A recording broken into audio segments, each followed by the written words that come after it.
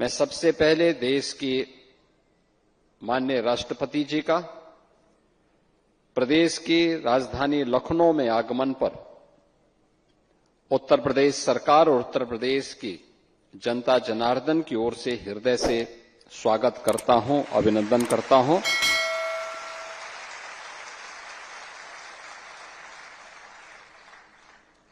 ये हमारे लिए एक गौरव का क्षण है जब हम विश्व एकता एवं विश्वास के लिए ध्यान जैसे महत्वपूर्ण थीम को लेकर के एक बड़े अभियान का शुभारंभ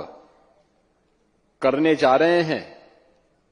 तब इस कार्यक्रम का शुभारंभ करने के लिए देश की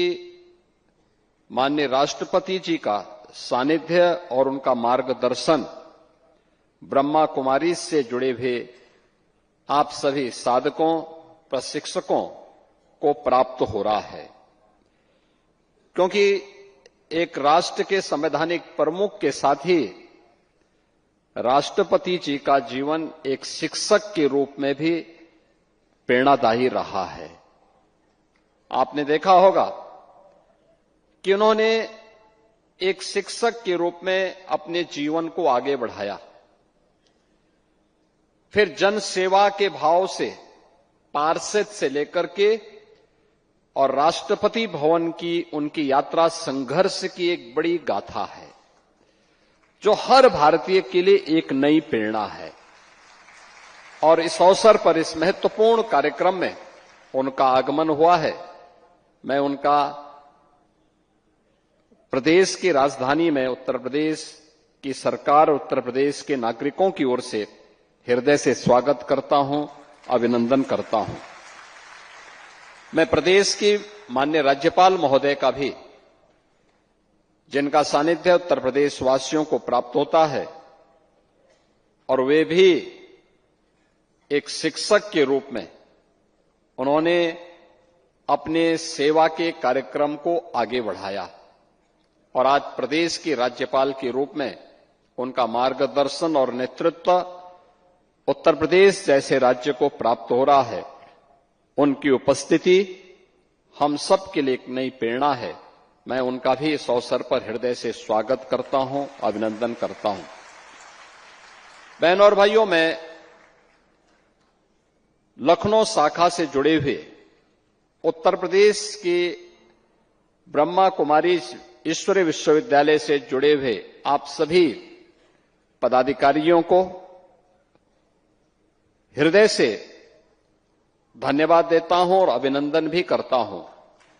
जिन्होंने लखनऊ में इतना शानदार प्रशिक्षण केंद्र राजयोग के प्रशिक्षण के दृश्य यहां पर स्थापित किया है।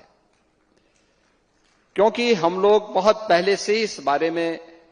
मानते आए हैं और जो भारत की ऋषि परंपरा की भी मान्यता रही है कि मन एवं मनुष्याणाम कारणम बंध मोक्षयो, व्यक्ति के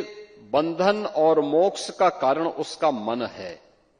और सदगुरु रविदास जी महाराज ने भी कहा कि मन चंगा तो कठौती में गंगा, यानी मन की बहिर्मुखी वृत्ति को अंतर्मुखी जो व्यक्ति कर लेगा वह न केवल आत्मिक संतुष्टि का लाभ प्राप्त कर सकता है बल्कि विश्व कल्याण का मार्ग भी वही प्रशस्त कर सकता है। आज दुनिया में जो भी आतंकवाद है, उपद्रव है, अराजकता है, इसके पीछे मन की चंचल वृत्तियां, आज जहां भी हमें अराजकता देखने को मिलती है उसके पीछे वह वृत्तियां हैं जो बहिर्मुखी वृत्ति है, जो उसे नकारात्मकता की तरफ लेके जाती है। एक पक्ष है जीवन का जो सकारात्मक पक्ष की ओर उसे ले जाता है, अच्छे कार्य करने की प्रेरणा देता है, और दूसरा पक्ष है जो उसे नकारात्मकता की ओर लेके जाता है। जैसे भारत की परंपरा ने सदैव से कहीं पे राक्षसी वृत्ति के रूप में, आज आतंकवाद के रूप में उसे माना है और उसके खिलाफ उस लड़ाई को भौतिक रूप से भी और आध्यात्मिक रूप से भी लड़ने का कार्य कर रहा है। और याद करिए, जब 2014 में देश के प्रधानमंत्री के रूप में मोदी जी ने नेतृत्व संभाला था, तब उन्होंने भारत की योग की विधा को यूएनओ से मान्यता दिला करके 21 जून की तिथि को विश्व योग दिवस के रूप में भी मान्यता दिलाई थी। पूरा भारत प्रधानमंत्री जी के प्रति इस बात के लिए हृदय से आभारी है कि उन्होंने भारत की योग की विधा को, ऋषि परंपरा के इस प्रसाद को वैश्विक मान्यता दिलाई। और मैं अभिनंदन करूंगा आप सभी बहनों का, ब्रह्मा कुमारी ईश्वरीय विश्वविद्यालय से जुड़े हुए सभी पदाधिकारियों का, जो राजयोग के माध्यम से एक सकारात्मक भाव का संचार आज भी निरंतर अपने कार्यक्रमों के माध्यम से कर रहे हैं। और आपका ये शानदार केंद्र बनकर के तैयार हो चुका है, लगभग हो चुका है। मेरा ये मानना है कि यह केवल लखनऊ के लिए नहीं बल्कि उत्तर प्रदेश का एक उत्तम प्रशिक्षण का केंद्र बन सकता है, जहां से 1 दिन के लिए, 3 दिन के लिए और साप्ताहिक प्रशिक्षण के इस कार्यक्रम के साथ बड़ी मात्रा में समाज को जोड़ने का एक माध्यम हम सबको प्राप्त होगा। मैं इसके लिए आपको बधाई देता हूं। आदरणीय राष्ट्रपति जी का, आदरणीय राज्यपाल महोदय का हृदय से अभिनंदन करता हूं, स्वागत करता हूं। और उनका मार्गदर्शन निश्चित ही इस थीम को वर्ष भर प्रदेश के अंदर, देश के अंदर और दुनिया के अंदर ले जाने में ब्रह्मा कुमारी सफल होंगे, इस विश्वास के साथ आपके इस पूरे कार्यक्रम के प्रति अपनी